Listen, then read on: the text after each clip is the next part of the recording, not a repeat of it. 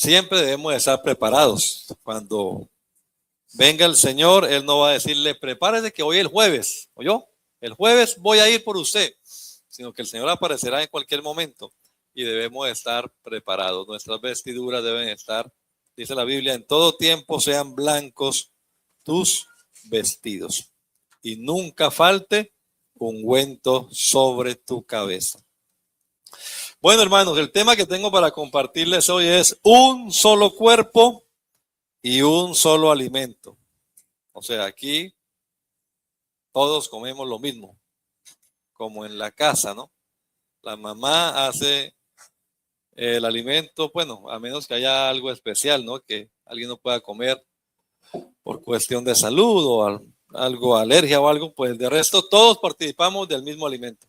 Entonces, la misma papita, la misma sopa, la misma carne.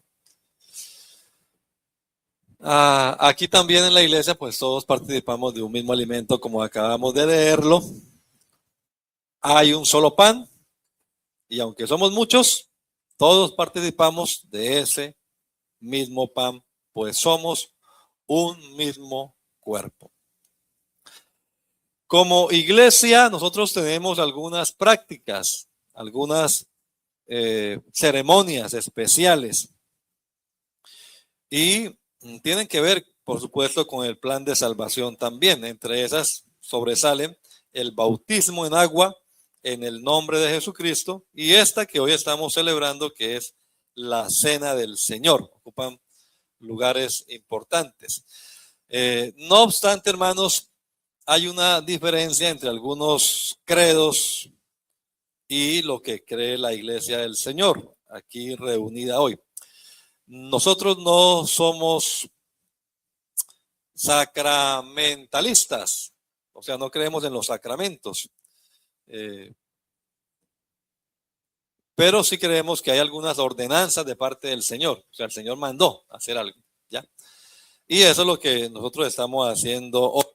Esto no es un rito más, esto como vamos a leerlo ahora aquí en la palabra, es una orden de parte del Señor y tiene un sentido, una lógica, que es la que debemos entender, comprender para sacarle provecho a esto que vamos a hacer. Los que creen en los sacramentos, pues ellos, esa es una palabra que se introdujo ya posteriormente, no está ahí en la Biblia. Y la idea que ellos tienen es que el simple hecho de participar mecánicamente de un rito, pues eso trae bendición. Es decir, la gracia de Dios se dispensa, se transmite a través de los ritos. Yo creo que si alguno de ustedes fue católico, sabrán que pues los católicos creen en los 7 sacramentos, ¿verdad? Y nos lo enseñaban en la escuela, a mí me enseñaban todo eso. El último es la extrema unción, ¿ya? Y ellos creen que con solo el rito trae la gracia divina. Esos son los que creen en los sacramentos. Nosotros no creemos de esa manera. No hay magia en esto que vamos a hacer, pero sí hay un misterio acá. Y es lo que vamos a tratar de explicar aquí con la palabra del Señor. Entonces, bíblicamente y según la enseñanza que encontramos en las epístolas, los apóstoles, por supuesto, la sanidad, la fortaleza que viene de parte de Dios no reside en los elementos químicos del trigo o del vino, de la uva. No hay nada especial en la composición molecular de esos elementos, ni tampoco hay lo que algunos creen que es la transustanciación. Eso no se va a convertir en sangre y carne literalmente, sino que sí hay, hermanos, sí hay fortaleza de parte de Dios, sí hay sanidad divina, sí hay una bendición, pero eso ocurre a través de la fe, a través de que ustedes y yo comprendamos realmente lo que la palabra de Dios dice y lo creamos. Y entonces, con nuestro corazón dispuesto apropiadamente, participemos de esto que que es una bendición para nosotros. Entonces, como decía hace un momento, esta es una orden del Señor, el dueño de la iglesia. Y como es una orden, pues los que oímos debemos voluntariamente también, porque Dios no obliga, obedecer, ¿verdad? Se da un mandato y el mandato se da pues para que lo obedezcamos. Y en este participar voluntariamente en obediencia a la palabra de Dios, estamos haciendo memoria de un evento histórico trascendental, muy solemne para nosotros, como fue la muerte de Cristo en la cruz del Calvario. Un evento que sus consecuencias, sus trascendencia, es lo que hace que estemos acá reunidos, de distintas nacionalidades, de distintas culturas, y que digamos somos uno en Cristo Jesús, porque el Señor a través de la cruz derribó la pared intermedia que hacía separación e hizo la paz. Muy importante esto. Entonces, hermanos, por supuesto, para que hubiese un sacrificio en la cruz del Calvario, pues el Verbo tuvo que hacerse carne y morir por nuestros pecados. Y también participando de esto recordamos que no se quedó en la tumba, que resucitó, que ascendió a los cielos y además prometió venir por nosotros, que es lo que estamos diciendo, que no sabemos en qué momento, puede ser esta tarde, ahora mismo, quizás antes de participar de la cena. En cualquier instante, hermanos, es inminente la venida del Señor, volverá por un pueblo redimido y todos nosotros debemos estar preparados. Esto, de todas maneras, también nos ayuda, como la palabra de Dios nos recomienda, a autoexaminarnos y medir cómo estamos. ¿Estamos listos? Hay un coro que dice, yo estoy listo si Él me llama. Bueno, ojalá que sea una realidad y que estemos listos para la venida del Señor. Pásenme la siguiente presentación, Lancelo Donay, por favor. Bien, entonces para comprender la magnitud de ese sacrificio y por qué es tan trascendental, pues debemos comprender claramente, hermanos, quién fue el que murió en la cruz del Calvario. Entonces nosotros entendemos, según lo que las Escrituras enseñan claramente, que hay un solo Dios, un creador, solo uno, indivisible, soberano, y que en él no existe división. No habla la Biblia de personas, no existe en la Biblia la palabra coeterno, cosustancial, ni nada de esas palabras que luego se inventaron. No, en la Biblia se nos habla de un solo Padre, que es espíritu y por naturaleza es santo. Que ese Padre tomó forma de hombre y aparece entonces el Hijo de Dios, no un Dios hijo, sino una manifestación o un rol redentor del único y sabio Dios. Así que cuando hablamos de la cruz del Calvario, hermanos, no estamos hablando de una muerte cualquiera. Estamos hablando de la manifestación en carne del único Dios verdadero en Jesucristo. No había una parte de Dios. Jesucristo es Dios manifestado en carne. Primera Timoteo 3:16, así nos lo enseña. Él fue justificado en el Espíritu, visto de los ángeles, predicado a los gentiles, creído en el mundo y recibido arriba en gloria. Así que lo que estamos recordando hoy, hermanos, como una canción dice, es el amor de Dios. Amor, amor de Dios. Que por usted, por mí, por toda la humanidad, se despojó el Señor de toda su gloria y apareció aquí en esta tierra como cualquiera de nosotros, como un mortal más, para en esa condición ir hasta el Calvario y entregar su vida en rescate por toda la humanidad. No existía un cuerpo en los cielos, como algunos piensan. Ese cuerpo se gestó en el vientre de la Virgen María. El Señor se hizo me preparaste un cuerpo, dice. Allá en el vientre de María, el Señor, que es espíritu, adquirió esa naturaleza y participó, esa naturaleza humana, y participó, dice la palabra de Dios, de carne y sangre. Elementos que simbólicamente están representados acá en la mesa por el pan y por el vino. Nuestro Señor participó de carne y sangre reales. Entonces, hacemos memoria de eso, hermanos. Él es Emmanuel, Dios con nosotros. Pero en esa condición, repito, entregó su propia sangre, sangre de valor incalculable. No fue un mártir más, no fue un profeta más. Repito, el mismo Dios del cielo, creador de todo el universo, es el mismo redentor, el mismo que fue a la cruz del Calvario para entregar su vida en rescate por todos nosotros.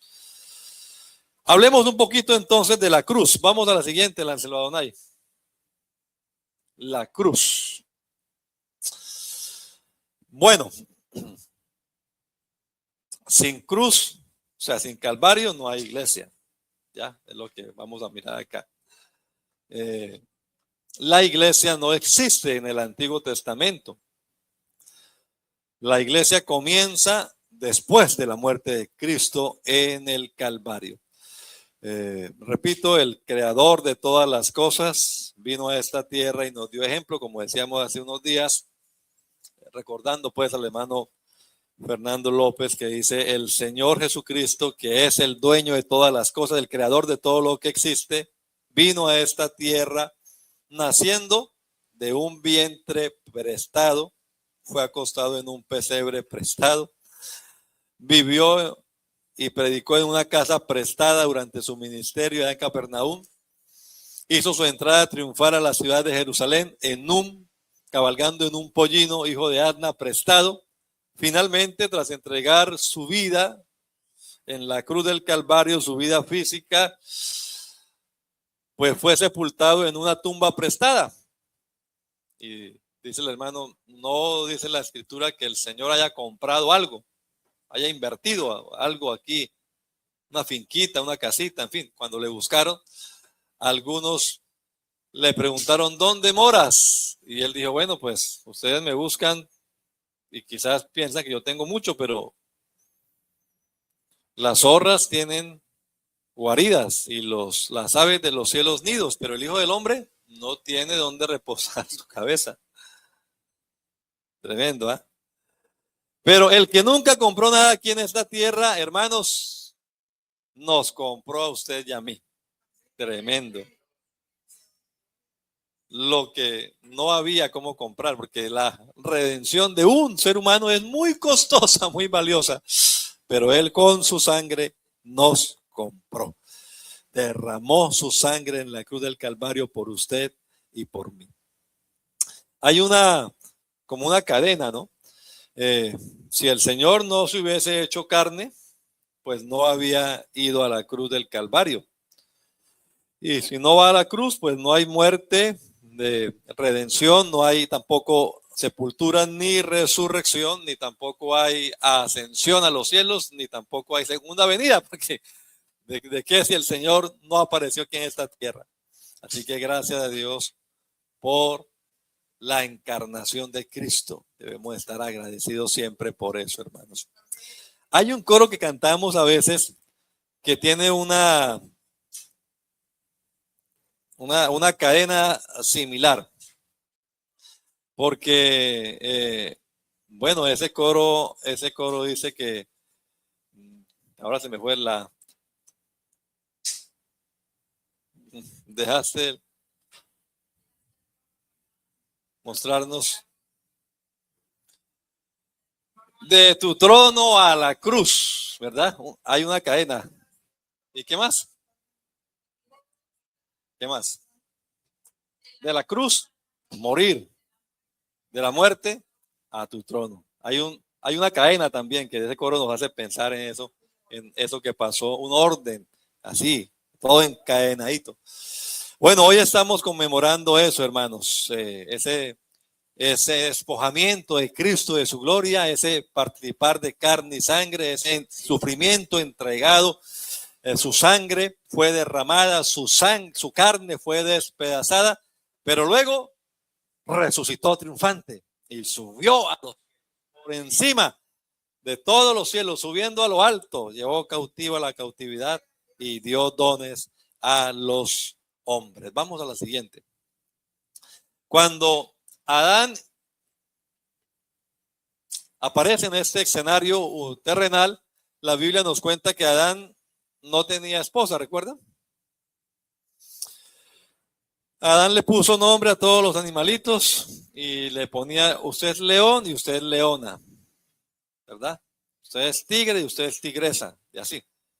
Y para todos él le iba poniendo un masculino y un femenino, pero él no tenía un femenino.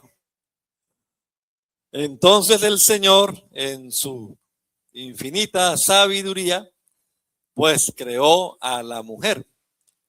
Y a la mujer la creó del costado de Adán, del costado de Adán.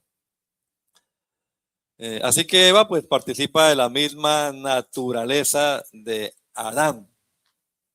Tanto que Adán dijo, esto es carne de mi carne y hueso de mis huesos.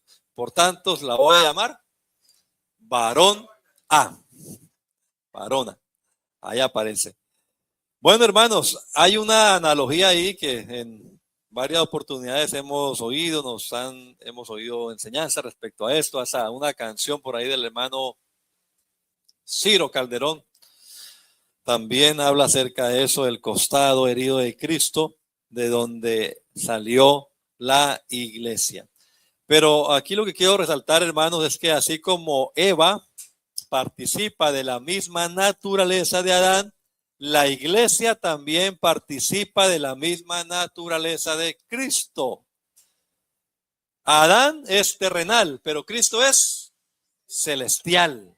O sea, la iglesia tiene una naturaleza celestial. Por eso nuestro destino, y ahora que hablaba mi esposa de la muerte, nuestro destino no es la tumba, ese no es el destino.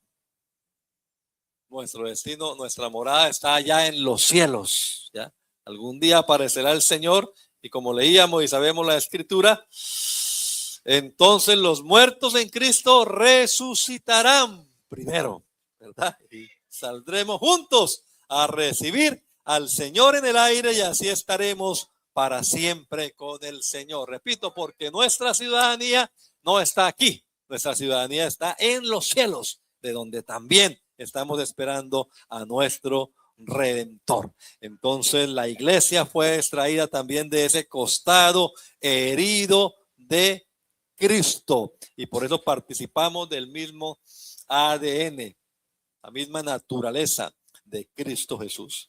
Eso es algo glorioso, hermanos. Pablo dice, bueno, hablando del matrimonio, dice, yo realmente estoy pensando aquí, tengo en mi mente, es un misterio más grande. Cristo y la iglesia.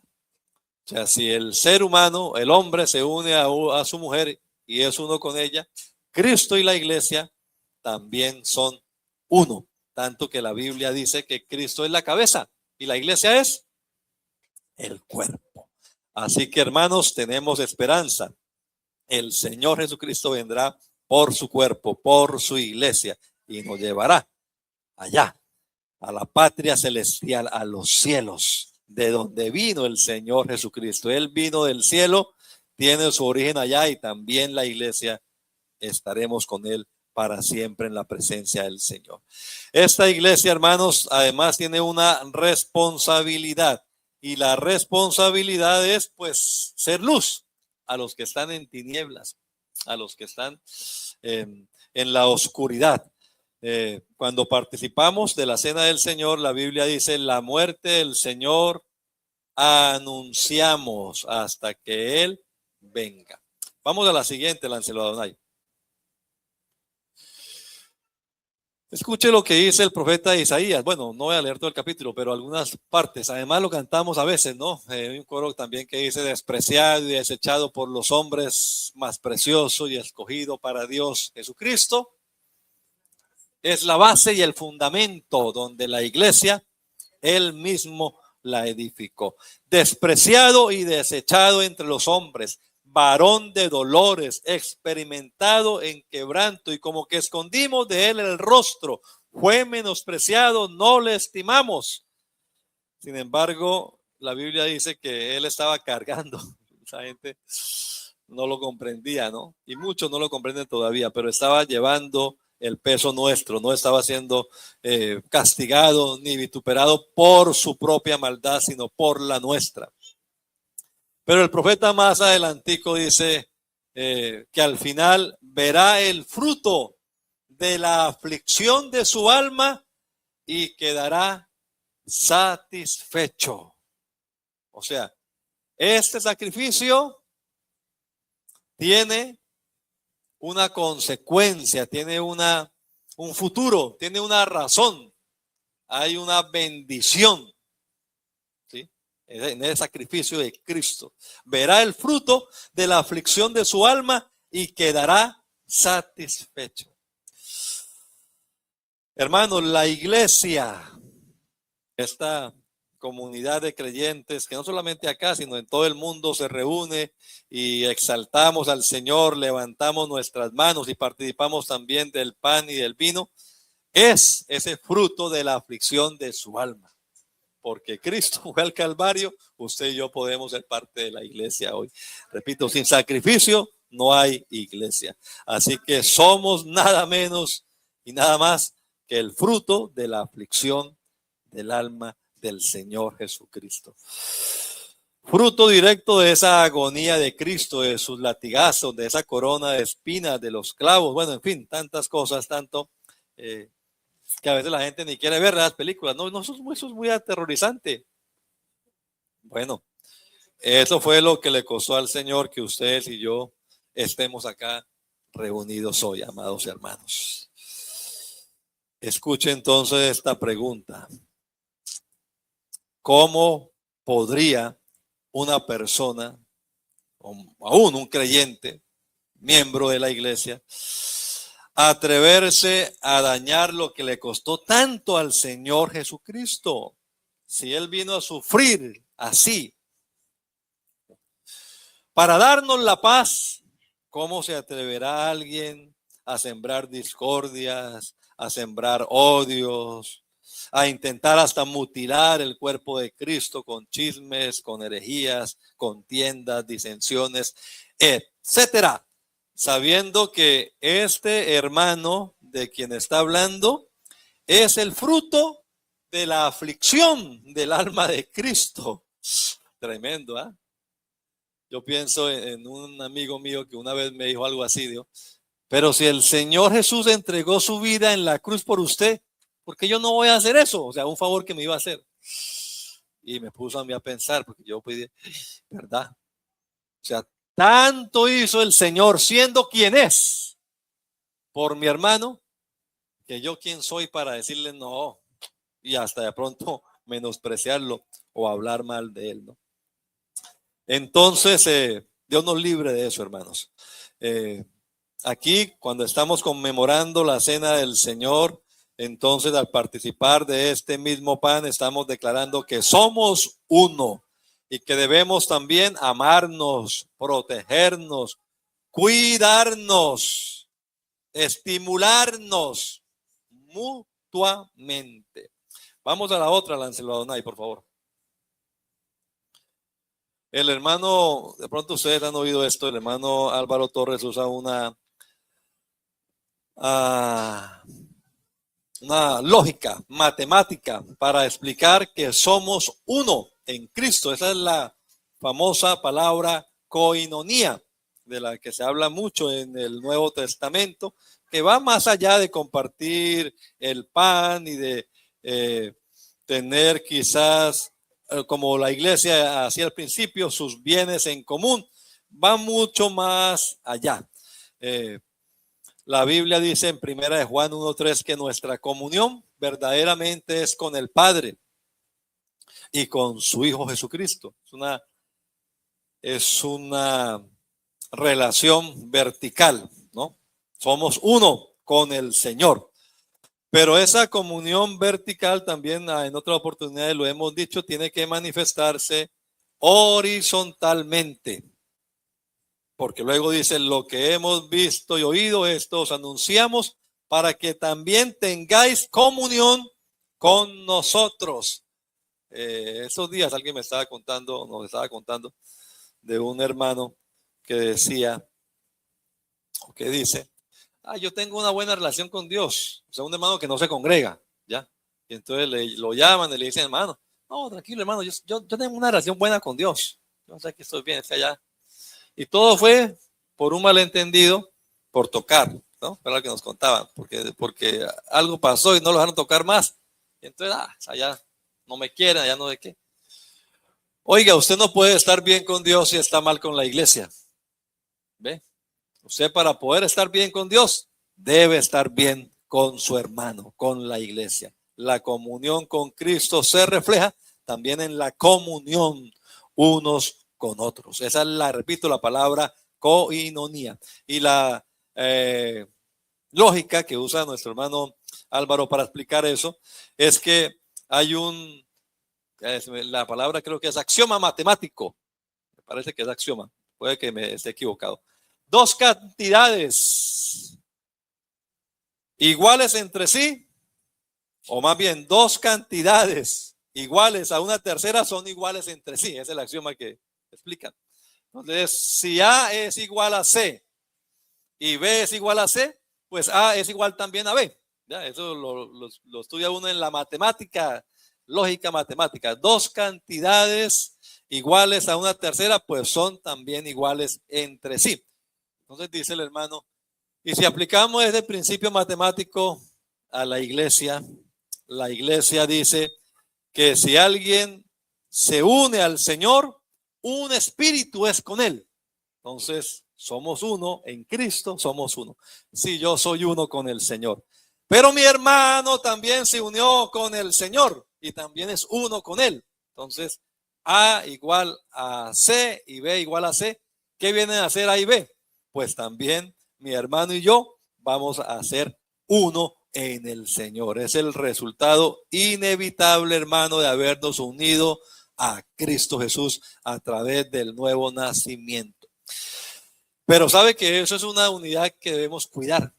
Efesios, que es la carta que más habla a la iglesia, habla es el tema también de Efesios, especialmente el capítulo número 5, el 4 y 5, la unidad. Y en el 5, Pablo especialmente habla de la unidad matrimonial, como decíamos ahora. Es imposible, repito, tener una buena comunión. No, yo estoy bien con el Señor, decía el hermano. Pero tener rencor, indiferencia o espíritu beligerante contra un hermano. Si la Biblia dice, el que ama al que engendró, ame también al que ha sido engendrado por él. En alguna parte donde fui pastor, había un hermano que llegaba tarde, digamos a esta hora, ¿sí? Cuando ya uno estaba predicando. Y cuando uno estaba orando, ya él se iba. Entonces yo un día lo visité y tal, y hablamos. Y entonces me dijeron, hermano, es que allá es mucho chisme, hermano. Eso uno no llega y saluda a los hermanos, a preguntarle a uno que qué ha hecho, que por qué no ha venido, que no sé qué tal. Averiguarle a uno la vida. Y entonces yo había oído a alguien que me había explicado que porque somos uno y somos familia, nos interesamos unos a otros, ¿verdad? Entonces él decía, si yo llego al apartamento y la vecina se sale, oiga, vecino, ¿por qué llegas ahora? ¿Dónde estaba? ¿Eso está bien? La vecina, como decimos vulgarmente, ¿qué le importa a ella si ya no es nada mío? Pero si yo entro a mi casa y mi esposa no me pregunta, ¿por qué llegas ahora? ¿Dónde estaba? Pues eso también está mal, ¿verdad? Entonces, lo decía el hermano, porque somos familia, es que nos interesamos unos a otros, debemos preguntarnos unos a otros. Así que este hermano decía, es mejor juntos, pero no revueltos. No, en la iglesia debemos estar juntos y bien revueltos, porque repito, somos uno. En Cristo somos uno. Creo que hay otra presentación enseguida que habla de la paz, me parece. Muy bien, sí. Bien, la paz y la paz de Dios que sobrepasa todo entendimiento gobierne vuestros corazones. Mi paz os dejo, mi paz os doy. Yo no la doy como el mundo la da. No se turbe vuestro corazón ni tenga miedo. Por darnos la paz, cayó sobre él el castigo. O sea, él recibió los latigazos y todo, hermano, para que tengamos paz. Y nosotros a veces queriendo tener, armando, ¿qué? ¿Cómo se dice a veces? Armando tormentas en un vaso de agua. No, no podemos levantar los muros que Cristo ya derribó. Entonces, solícitos en guardar la unidad del Espíritu en el vínculo de la paz. Solícitos quiere decir que debemos estar atentos a eso, solícitos, dispuestos, con fervor, ¿verdad? Para cumplir con eso de cuidar la unidad, que no sea vulnerada la unidad, desbaratada por carnalidades, por cosas que, hermano, ¿quién no ha hablado mal de otro? ¿Ya? ¿O quién puede decir, ay, gracias a Dios, yo sí le caigo bien a todo el mundo? Pellizquete porque está bien dormido. No, hermanito, no somos, ¿cómo es que dice el dicho? No somos pepita de oro para que, y eso a veces ni así. No, no, no, no, no. Entonces debemos cuidar eso, cuidar la unidad en el vínculo de la paz, seguir la paz con todos y la santidad de la que vamos a hablar enseguida, sin la cual nadie verá al Señor. Entonces, que esa paz de Dios, Él es el Dios de paz, que gobierne nuestros corazones. El amor de Cristo ha sido derramado en nuestros corazones por el Espíritu Santo que nos ha sido dado. Ese amor de Cristo es el que se debe reflejar en ese amar a nuestros hermanos a pesar de sus y mis fallas, porque repito, todos las tenemos. Entonces es algo muy importante, hermanos, tener esa paz de Dios en nuestro corazón. Vamos a hablar un poquito de la santidad. Láncelo a Donay. Bien, la Biblia nos dice, hermanos, decíamos ahora, seguid, Hebreos 12:14, seguid la paz con todos y la santidad, sin la cual nadie verá al Señor. Todo cristiano está llamado a llevar una vida de santidad. No podemos nosotros pensar como algunos piensan, ¿verdad?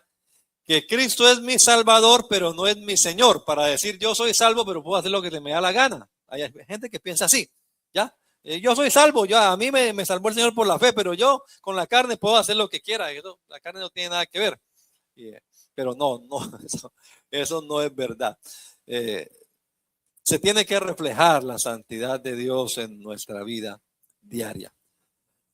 Pablo escribe a Tito y dice, la gracia de Dios se ha manifestado para salvación a todos los hombres, enseñándonos que renunciando a la impiedad y a los deseos mundanos, vivamos en este siglo sobria, justa y piadosamente. La gracia de Dios nos enseña eso. Así que la santidad debe ser característica de la iglesia. Sino como aquel que os llamó es santo, sed también vosotros santos en toda vuestra manera de vivir, porque escrito está, sed santos porque yo soy santo. En este peregrinar corto, hermanos, porque el tiempo pasa rápido. Este peregrinar, esta vida que tenemos acá, 70, 80, no sé, una hermanita que falleció en estos días en la congregación de mi cuñado, tenía 101 años, 101 años, la hermana Rosa, 101 años, 100 años, tremendo, ¿eh? Bueno, pero eso uno le pregunta a ella y ella diría, estos poquitos se me pasó volando. El tiempo pasa volando, hermanos.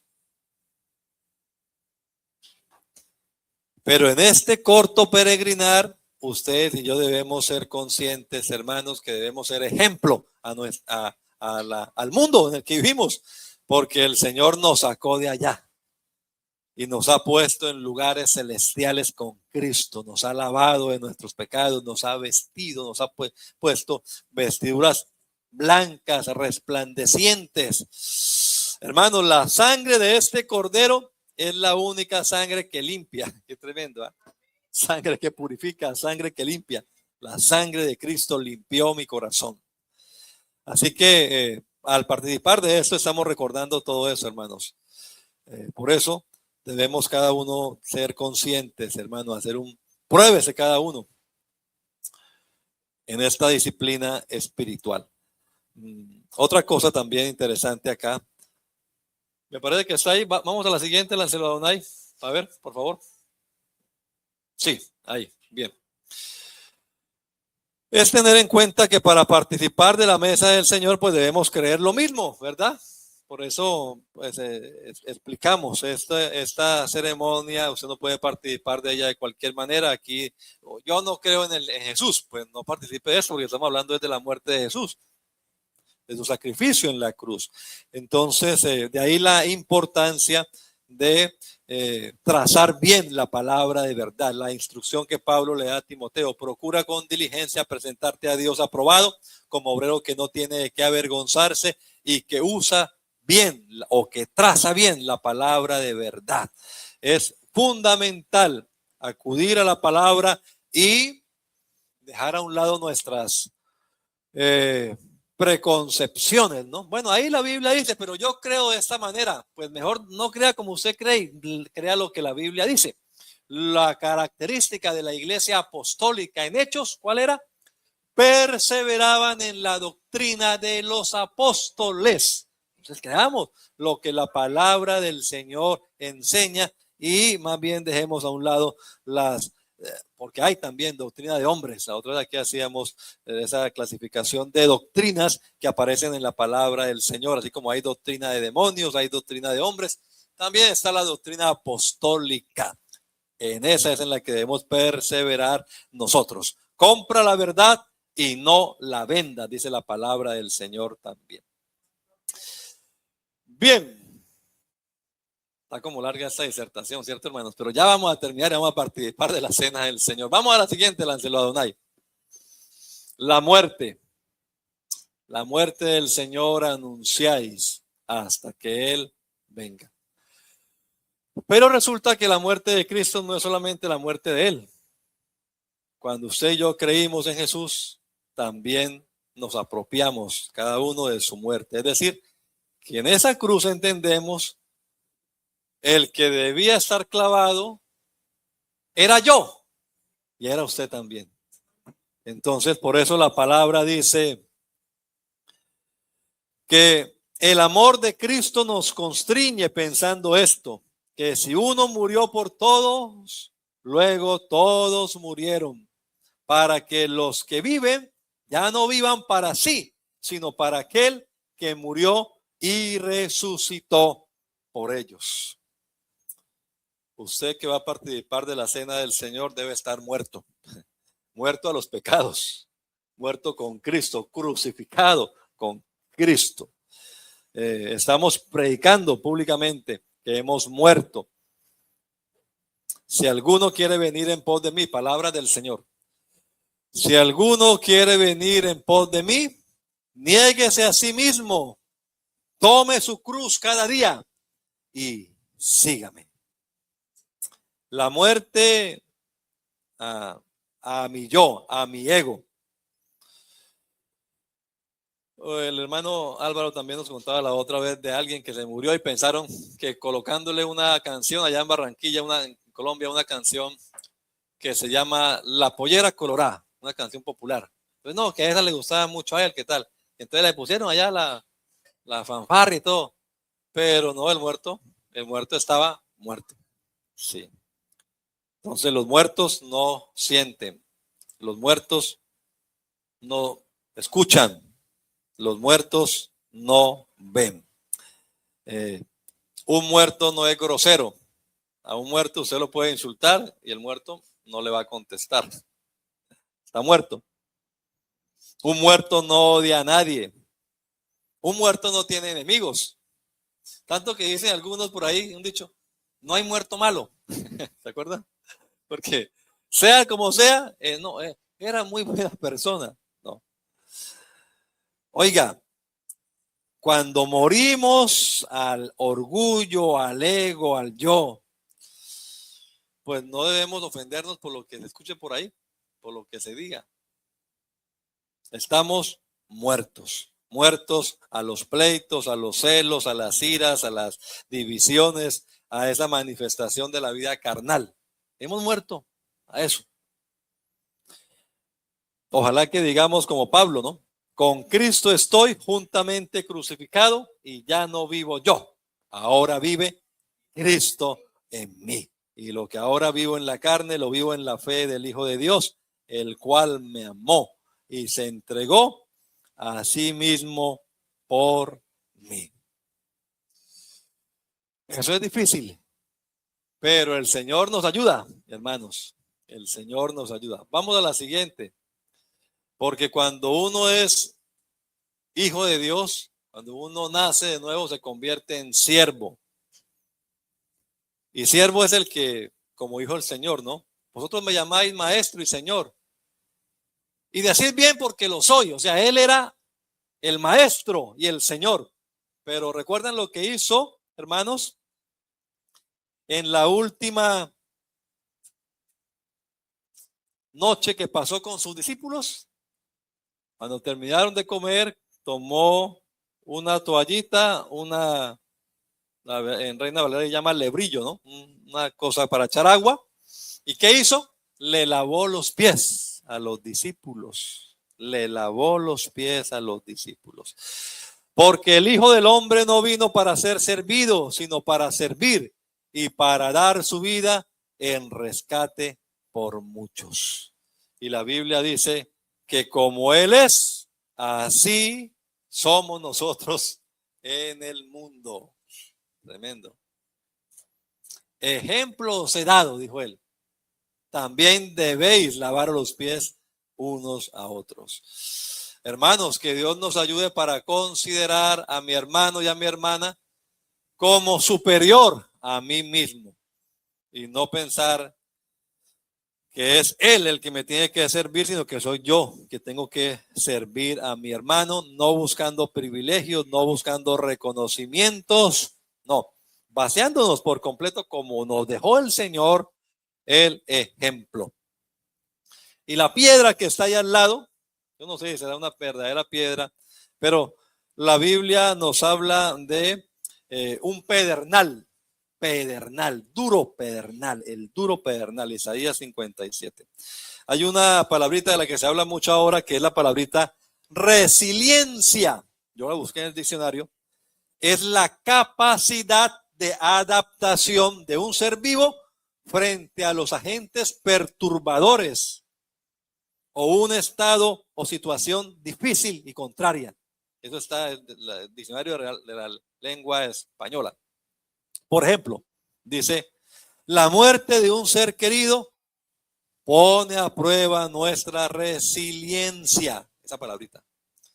Bueno, esa palabrita debe ser una característica del verdadero siervo del Señor, porque debemos poner frente a los insultos y frente a todo lo demás nuestro rostro como un pedernal. Vituperios, críticas, ingratitud, seguramente también sufrimiento. Pero hermanos, ¿acaso no sufrió Cristo por nosotros? ¿Acaso no lo insultaron a Él? ¿Acaso no lo abofetearon? ¿No le arrancaban las barbas? No hemos sufrido como Él, pero Él nos dejó ejemplo a cada uno de nosotros. Entonces, una piedra no siente, el duro pedernal no siente el golpe que le están dando.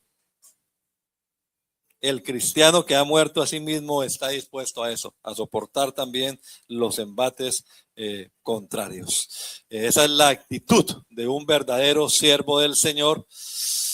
Y debemos de entender que esa también es la verdadera ofrenda que le tributamos al Señor, nuestra vida. Le entregamos a Él nuestra vida incondicionalmente. Dice la Biblia que debemos salir con Él, llevando nuestro vituperio. Vituperio es nuestra ofensa, nuestra vergüenza.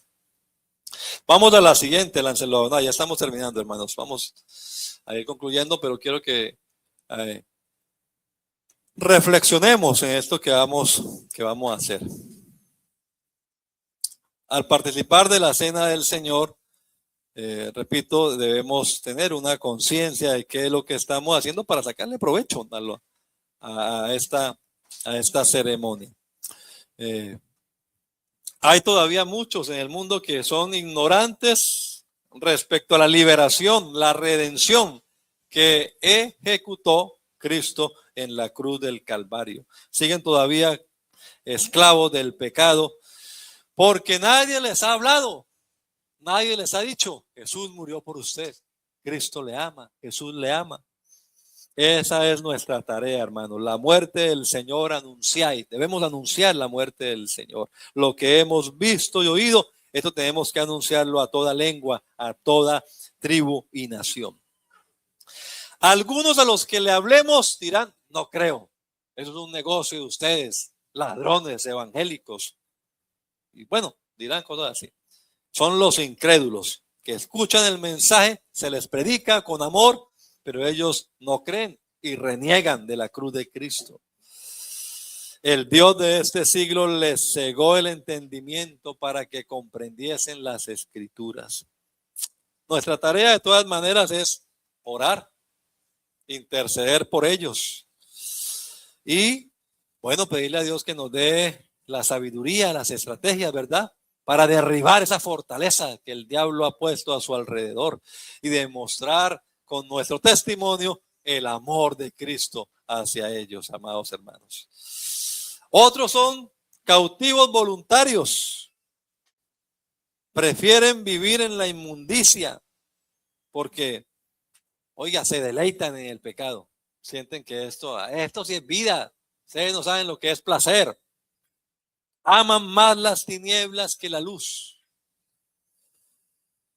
Bueno, y a veces nos critican, ¿no?, porque no participamos con ellos. Dice Pedro: se sorprenden de que ustedes no participen de esas obras infructuosas de las tinieblas. No podemos participar. Somos luz y más bien lo que debemos hacer es reprender esas obras de las tinieblas, según la palabra del Señor. Que el Señor redarguya de pecado, de justicia y de juicio. Pero, gracias a Dios por esa última, ¿verdad? El grupo 4 es la de los redimidos. Aquí estamos, aquí están, dice otro cosa también, aquí están los redimidos. Sabemos, creemos, entendemos, vivimos y disfrutamos de esa libertad en Cristo Jesús. Y no queremos volver a la cárcel. Allá estábamos, esclavos del pecado. De allá nos sacó el Señor. Entonces dice la palabra de qué fruto teníais de aquellas cosas de las cuales ahora os avergonzáis. Nos da vergüenza. Gracias a Dios por eso, hermanos. Gracias a Dios por esa obra perfecta de Cristo. Esta es la congregación de redimidos que puede participar dignamente de la cena del Señor. Nosotros como iglesia nos guardamos puros para el Señor. El mundo nos critica, pero nos guardamos pura prohibida, ya la prohíben esto y tratan de retarnos, ¿no? Le da miedo. A ver, si es varón, tómese una. Y así comienzan a retar a los muchachos o a cualquiera, pues. ¿Usted es que es homosexual o qué? Que no acuesta con... Y así lo retan. Pero aunque nos reten, hermanos, nosotros tenemos una esperanza y debemos permanecer firmes sin fluctuar en esa esperanza que tenemos. Muy pronto aparecerá el Señor y mi vestido debe estar limpio. ¿Cómo me voy a enlodar? Yo voy de viaje y estoy preparadito porque me va a recoger. Ya pasa por mí el Señor y debo estar listo. Así que Pertenecemos a ese cuarto grupo de redimidos, hermanos. Hemos sido trasladados del reino de las tinieblas al reino de su amado Hijo y por eso participamos de la cena del Señor. Que como decía, es también una recarga espiritual, hermano, nos impulsa, nos anima. Ya está cerca el Señor de venir por nosotros y anunciamos la muerte del Señor hasta el día en que Él venga. Creo que me queda una, Lancelo Donay. Bueno, los beneficios de la cena del Señor. Finalmente, hermanos, participar de esta sencilla ceremonia que hoy hacemos, pues nos trae beneficios. O sea, es un privilegio, ¿ya? Hay hermanos que de verdad por cualquier bobadita no participan de la cena del Señor. Hermano, pero ¿por qué no arregla esa bobadita y participa de la cena del Señor? A veces después del orgullo, ¿no? Pero no, deja a un lado eso porque usted no sabe lo que está perdiendo al no participar, de la cena del Señor. Claro, no participe indignamente, pero arregle esa cosa pequeña que tiene por allá, arréglela. Eso no cuesta mucho y participe de la cena del Señor que trae sanidad divina, física.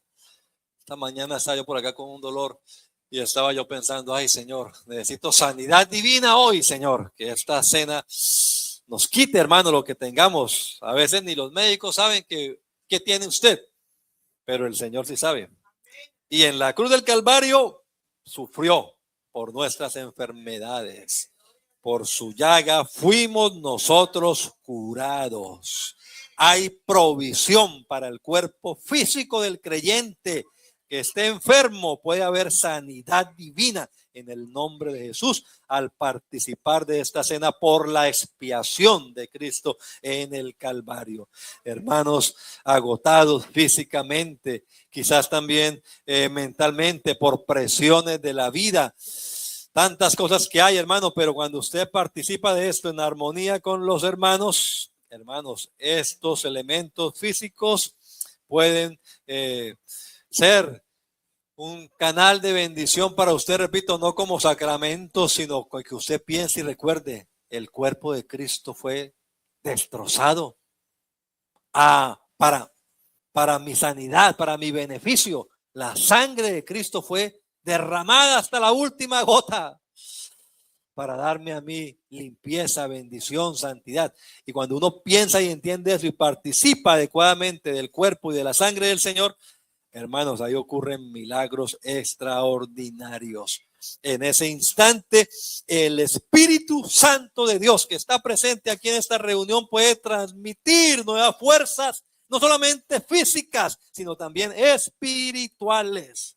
Así que les exhorto, hermanos, a participar para su propio beneficio y el mío también, participar dignamente de la mesa del Señor. Y por último, entonces, es un adelanto. Lancelot, ¿hay otra ahí o no? Si no hay, pues bien, es un adelanto esto. Yo estoy esperando ese día, ¿no? Que Cristo venga por su iglesia.